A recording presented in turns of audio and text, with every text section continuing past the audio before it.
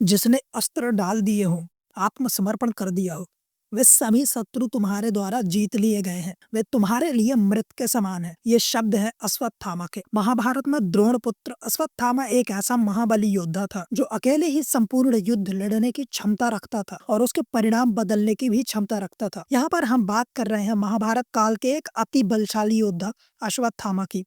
कौरवों की सेना में एक से बढ़कर एक महायोद्धा थे। पांडवों की सेना हर लिहाज से कौरवों की सेना से कमजोर थी, लेकिन फिर भी कौरव महाभारत का युद्ध हार गए।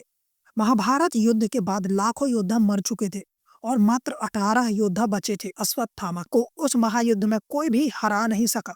वे आज भी अमर हैं और अपराजित हैं। आइए मिस्टिक चैप्टर्स के इस एपिसोड में जानते हैं अपने काल के महायोद्धा अश्वत्थामा के जीवन से जुड़े उन अनसुने पन्नों को। अश्वत्थामा का जन्म भारद्वाज ऋषि के पुत्र द्रोण के यहाँ हुआ था। उनकी माता ऋषि शरद्वान की पुत्री कृपि थी। एक बार द्रोण तपस्यारत थे, तभी उन्हें अपने पितरों से संतान प्राप्ति हेतु कृपि से विवाह करने का आदेश मिला। इसी देवादेश को मानते हुए द्रोण ने कृपि से विवाह किया। द्रोण और कृपि दोनों ही अति संपन्न परिवार से थे। यही वह समय था जब घोर अंधेरी रात्रि में द्रोण के घर एक बालक ने जन्म लिया। जन्म लेते ही यह बालक घोड़े की तरह आवाज निकालकर रोने लगा और इसी समय बादलों की गरज के साथ एक आकाशवाणी हुई कि इस विशिष्ट बालक का नाम अश्वत्थामा होगा। अश्वत्थामा के जन्म के बाद द्रोण की आर्थिक स्थिति गिर गई। घर में खाने तक के लिए कुछ नहीं बचा। एक अति संपन्न परिवार अब गरीब हो चुका था। द्रोण इस गरीबी को दूर करने के लिए परशुराम से विद्या प्राप्त करने उनके आश्रम गए। आश्रम से वापस लौटे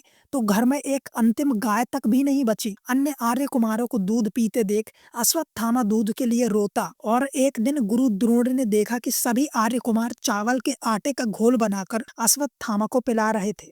अश्वत्थामा अबोध होकर कह रहा था, मैंने दूध पी लिया, और आनंदित हो रहा था। यह देख द्रोण स्वयं को धिक्कारने लगे। इससे यह सिद्ध होता है कि अश्वत्थामा ने अपना बचपन जैसे तैसे खा पीकर बिताया। उनके लिए घर में पीने तक को दूध नहीं होता था, लेकिन जब वे अपने मित्रों के साथ रहते तो झूठ ही कह देते कि मैंने दूध पी लिया। पिता ने जब बालक अश्वत्थामा की यह अवस्था देखी तो उन्होंने खुद को इसका दोषी माना और वे उसके लिए गाय की व्यवस्था करने हेतु स्थान स्थान पर घूमकर धर्म युक्त दान के लिए भटके, लेकिन उन्हें कोई भी गाय दान में नहीं मिली। अंत में उन्होंने सोचा कि क्यों न अपने बचपन के मित्र राजा द्रुपद के पास जाया जाए। वे अपने पुत्र अश्वत्थामा के साथ राजा द्रुपद के राज दरबार में जा पहुंचे। राजा द्रुपद ने द्रोण को अपने दरबार में बहुत ही अपमानित किया। यह सब कुछ अश्वत्थामा देख रहे थे और तभी उन्होंने अपने पिता से कहा, पिताजी, गरीबी एक ऐसा शत्रु है कि जब यह होती है तो शस्त्र शास्त्र के ज्ञाता भी सत्ता के मदमस्त व्यक्ति द्वारा अपमानित होते हैं। अश्वत्थामा के बाल मन पर उस वक्त क्या गुजरी होगी जब उनके पिता को राज दरबार से धक्के मारकर निकाल दिया गया। इस अपमान के बाद द्रोण ने अश्वत्थामा को लेकर पांचाल राज्य से कुरु राज्य के हस्तिनापुर आ गए। वहां द्रोण को कौरव कुमारों को धनुष बाण की शिक्षा देने का कार्य मिला। अश्वत्थामा भी अपने पिता के इस कार्य में सहायता करने लगे और कुरुओं को बाण चलाने की विद्या सिखाने लगे। बाद में द्रोण कौरवों के आचार्य बन गए। उन्होंने दुर्योधन सहित अर्जुन आदि को शिक्षा दी। आचार्य के प्रति उदारता दिखाते हुए पांडवों ने गुरु दक्षिणा में द्रोण को राजा द्रुपद का संपूर्ण राज्य छीनकर दे दिया। बाद में द्रोण ने आधा राज्य द्रुपद को वापस लौटा दिया और आधे राज्य को अश्वत्थामा को दे दिया। उत्तर पांचाल्य का आधा राज्य पाकर अश्वत्थामा वहां के राजा बन गए और उन्होंने अपने राज्य की राजधानी अहिछत्र को बनाया। अब द्रोण भारतवर्ष के सबसे श्रेष्ठ आचार्य बन चुके थे। कुरु राज्य में उन्हें भीष्म और धृतराष्ट्र से संपूर्ण सम्मान प्राप्त था, अतः गरीबी के दिन अब विदा हो चुके थे। अश्वत्थामा जीवन के संघर्ष की आग में तपकर सोना बन चुके थे। महान पिता द्रोणाचार्य से उन्होंने धनुर्विद्या का ज्ञान प्राप्त किया। द्रोण ने अश्वत्थामा को धनुर्वेद के सारे रहस्य बता दिए। अर्जुन और कर्ण से भी कोई श्रेष्ठ था तो वह केवल अश्वत्थामा थे। नारायण अस्त्र एक ऐसा अस्त्र था जिसका ज्ञान द्रोण के अलावा महाभारत के अन्य किसी योद्धा के पास नहीं था। यह बहुत ही भयंकर अस्त्र था और इसका ज्ञान द्रोण ने केवल अश्वत्थामा को ही दिया था। अश्वत्थामा के ब्रह्म तेज, वीरता, शस्त्र ज्ञान और बुद्धिमत्ता के विषय में किसी को कोई भी संदेह नहीं था। कौरव और पांडव दोनों पक्षों के महारथी उसकी शक्ति से परिचित थे।